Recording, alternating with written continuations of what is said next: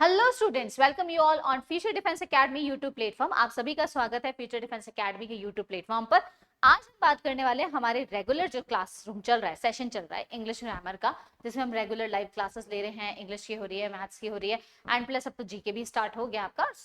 Regular में तो नहीं, लेकिन संडे बेसिस पे आपका साइंस का पीवाईक्यू सेशन भी स्टार्ट हो गया एंड जीके का भी स्टार्ट हो चुका है। तो यानी कुल मिला के धीरे धीरे हम काफी उस अपने जो टारगेट है कि हम सारे सेशंस जो हैं वो लगा रहे हैं और वो धीरे धीरे हम लोग उस टारगेट को क्या कर रहे हैं, अचीव कर रहे हैं। आई होप आप सबको हमारे जो वीडियोस हैं, हमारी जो क्लासरूम है वो पसंद आ रही होगी।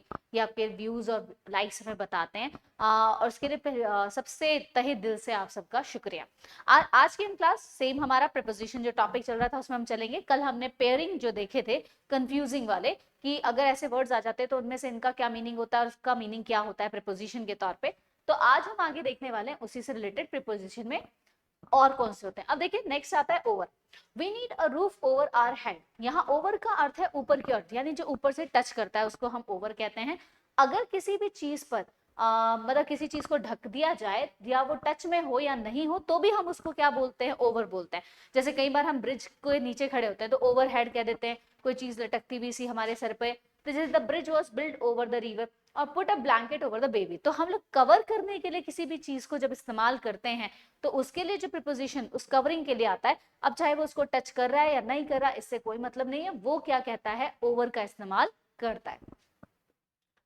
ओवर और अंडर का जो यूज होता है वो वर्टिकल प्रीपोजिशन को बताने के लिए होता है, यानी कि जैसे कि सीधा, बिल्कुल सीध में जो नीचे है और ऊपर है। जैसे ओवर है तो ऊपर की तरफ बिल्कुल सीध में, और अंडर है तो सीध में बिल्कुल नीचे की तरफ आ जाएगा। तो ये बताता है वर्टिकल। एक तो होता है हॉरिजॉन्टल, ये वाला पोर्शन कहलाता है, इस तरह की पोजीशन कहलाती है हॉरिजॉन्टल, और इस तरह की जो पोजीशन होती है ये कहलाती है वर्टिकल।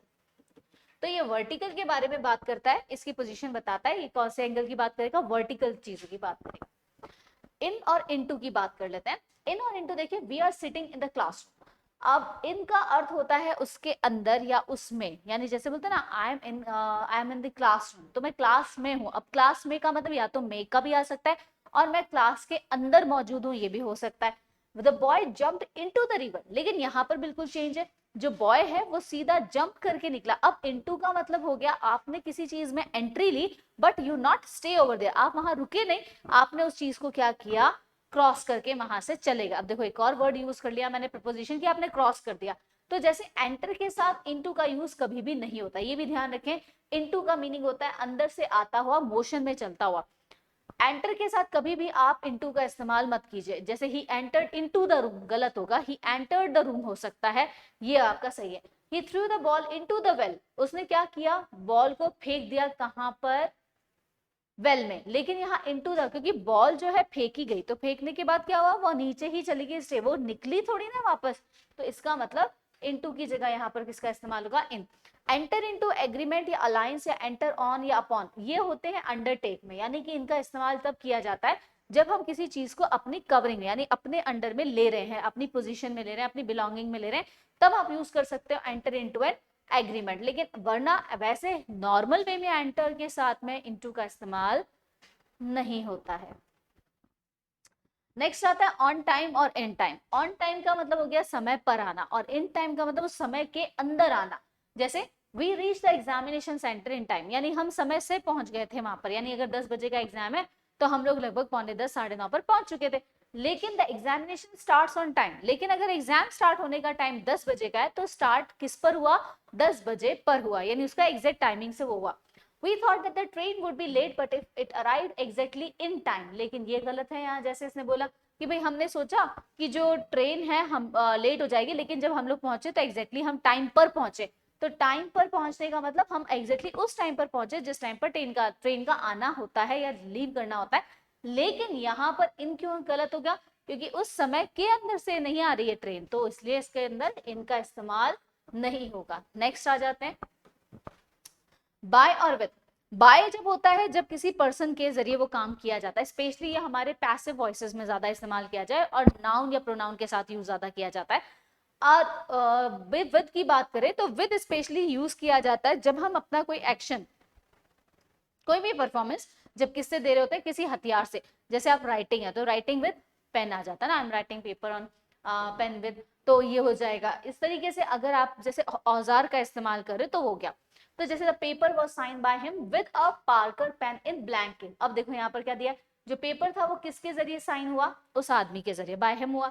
विद किससे हुआ, विद अ पार्कर पेन, कौन सी क्वालिटी, यानी हथियार क्या था या औजार क्या था, वो था पार्कर का पेन। और पेन किसकी क्वालिटी में था, ब्लैक इंक में, यानी वो अगर था तो उसकी जो स्याही थी वो कौन सी थी, वो स्याही जो थी वो थी ब्लैक कलर की। इसी the snake was killed by the man with a stick, तो यहाँ दोनों चीजें आ गई। जो स्नेक था वो उसको मारने वाला आदमी है, बाय यानी किसके द्वारा मारा गया, वो हो गया मैन। और किससे मारा गया, उसका जवाब है विद अ स्टिक। तो औजार के लिए विद और पर्सन के लिए बाय, लेकिन दोनों का मतलब हो जाता है के द्वारा और से। You can not catch a big fish with a small rod, भाई एक छोटी सी रॉड से तुम बड़ी मछली को नहीं कर सकते। ये एक तरह की फ्रेज भी है कि अगर बड़े मछली को फंसाना है तो छोटी मछली का पहले इस्तेमाल यानी अच्छी तरीके से इस्तेमाल करना पड़ेगा, छोटी मछली से काम नहीं चलेगा। तो you can not catch a big fish with a small rod, तो ये औजार है स्मॉल रॉड। नेक्स्ट आगे चलते हैं। बिफोर और इन फ्रंट ऑफ, बिफोर होता है समय से पहले की बात हम कर रहे हैं या हमारे आने से पहले की जब हम बात करते हैं के पहले के लिए आता है। और इन फ्रंट का मतलब होता है एट योर अपोजिट, बिल्कुल आपके सामने होता है इन फ्रंट का। जैसे आई केम बिफोर यू, यानी मैं तुम्हारे सामने आया, ठीक है, पहले आया। India raise the issue of cross border terrorism before the UN. अब यहाँ पर यूएन के सामने उन्होंने क्या किया है, अपना जो इशू है क्रॉस बॉर्डर वाला वो इशू यूएन के सामने रखा इंडिया ने। In front of, don't park your car in front of my gate, please मेरे गेट के सामने अपनी गाड़ी मत खड़ी करो, यानी ये मेरा गेट है इसके जस्ट सामने मत करो भाई, रास्ता ब्लॉक हो जाता है। तो इतनी सी बात है। तो इन फ्रंट ऑफ का यहाँ पर क्या किया जाता है, यूज किया जाता है। तो बस इतना सा डिफरेंट है, सॉरी डिफरेंस है कि हमें क्या ध्यान रखना है। बिफोर वैसे हम अगर कहें तो टाइम के लिए आ जाएगा, ये ध्यान रखिए। बिफोर किसके लिए आ सकता है, before is use for the time purpose, but in front of is use for the position purpose, ठीक है, ये पोजीशन बताता है, जबकि बिफोर जो है वो टाइम भी बता सकता है। बिफोर यू यानी तुमसे पहले, यानी कि तुम्हारे आने से पहले टाइमिंग मैंने किया, मैं आ गया तुमसे आने से पहले। तो इस तरीके से हम देख सकते हैं कि काफी सारे जो है चेंजेस यहाँ देखने को मिलते हैं। नेक्स्ट आता है एट और इन। एट और इन का बहुत ही प्यारा सा रिश्ता है और बहुत ही छोटा सा डिफरेंस है, ज्यादा नहीं है। इन जो होता है वो अक्सर यूज किया जाता है बड़ी जगहों के लिए और एट इस्तेमाल किया जाता है छोटी जगहों के लिए। जैसे अगर मैं मेरे बारे में बात करूं तो I live at Bikaner in Rajasthan, क्योंकि एक्चुअल में Bikaner is a small city and Rajasthan is a state. तो अगर मैं बात करूंगी तो बड़ी जगह के आगे क्या लगता है, इन, ठीक है, और छोटी जगह के आगे लग जाता है एट। तो एट बीकानेर इन राजस्थान, इस तरीके से आप समझिए इनका छोटा सा रिश्ता, बस बिल्कुल छोटा सा बॉन्डिंग है इन दोनों की। सापेक्ष रूप से अगर देखें तो छोटे स्थान के लिए हम एट का यूज करते हैं और बड़ी जगहों के लिए इनका। I live at Mukherjee Nagar इन दिल्ली, तो अब कॉलोनी हो गई और ये हो गया। अब यहाँ मैंने डिस्ट्रिक्ट का नाम लिया, और अगर मैं ले लेती, अब जैसे आप ये सोचो कि मैं अगर कॉलोनी की बात करूं तो मैंने जैसे बोला in Udasar at Bikaner, sorry sorry at Udasar होगा ना, at Udasar in Bikaner in Rajasthan, क्योंकि ये इससे ज्यादा बड़ी जगह है और ये इससे ज्यादा बड़ी जगह है। तो हमने देखा इस तरीके से इसका इस्तेमाल होगा। देखिए अब इन स्पाइट ऑफ और डेस्पाइट का मतलब कि दोनों का मतलब सेम होता है, के बावजूद, यानी इसके बावजूद उसके बावजूद की जब हम बात करते हैं। In spite of working hard he failed, यानी कि मेहनत करने के बावजूद भी वो क्या हो गया, फेल हो गया। डेस्पाइट के साथ ऑफ लगाकर एरर दिया जाता है, तो इसीलिए आप ध्यान रखें इंस्पाइट के साथ ऑफ जो है वो फिक्स प्रपोजिशन है, जबकि डेस्पाइट अपने आप में क्या है, एक प्रपोजिशन हो गया। तो despite being rich he is not happy, यानी अमीर होने के बावजूद भी वो क्या नहीं है, खुश नहीं है। तो अब देखते हैं आगे।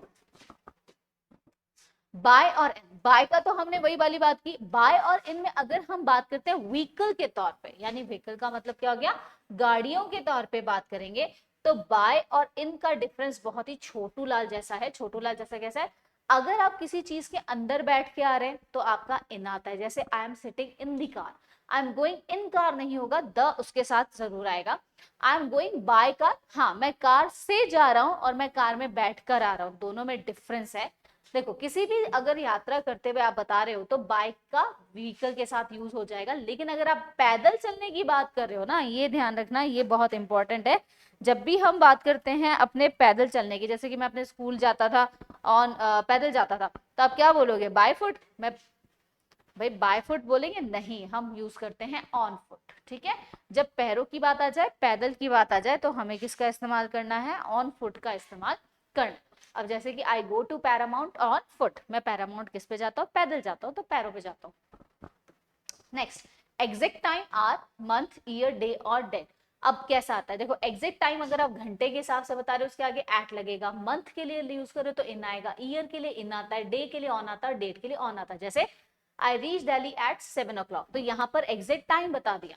आई रीच दिल्ली इन मे, क्योंकि महीने का नाम आ रहा है। I reach Delhi in 2005, time आ रहा है। I reach Delhi on Monday, ये दिन की बात हो गई, and I reach Delhi on 7 September.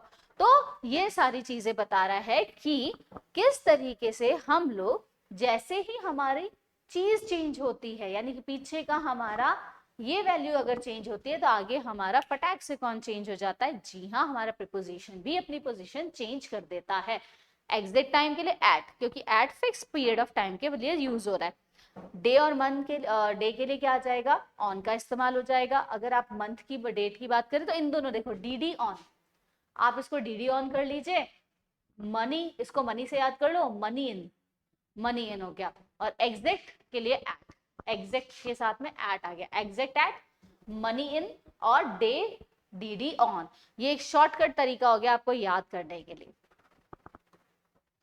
So students, आज का हमारा जो टॉपिक था इतना ही रहेगा, बाकी का टॉपिक हम कल वापस से लेंगे और थोड़ा सा हम एक्स्ट्रा देखेंगे कि और क्या चीजें, क्योंकि प्रीपोजिशन सीरियसली अगर बात करें तो बहुत ही लेंथी टॉपिक है जिसको हमें बहुत सोच समझ कर पढ़ना है। अभी हम उन टॉपिक्स का मतलब उन जो टॉपिक्स हैं उनको ले रहे हैं प्रीपोजिशन में जिनमें हमें कंफ्यूजन होता है, जिनके मीनिंग्स हमें क्लियर नहीं होते। इसके आगे फिर हम फिक्स प्रीपोजिशंस और उनके रूल्स एंड रेगुलेशन सारा कुछ हम देखेंगे। तो आई होप आज का सेशन आपको अच्छा लगा होगा। अच्छा लगे तो उसको लाइक कीजिए, प्लीज चैनल को सब्सक्राइब कीजिए और करवाइए, हमारी रिक्वेस्ट है आपसे। एंड साथ ही एक छोटा सा प्यारा सा कमेंट, अगर आपको हमारी क्लास अच्छी लगती है और कोई भी डाउट या क्वेरी हो तो नीचे स्क्रॉल पे आपके नंबर आ रखे हैं, आप उस पर व्हाट्सएप कर सकते हैं। Till then, thank you so much. जय हिंद, जय भारत, सायनारा।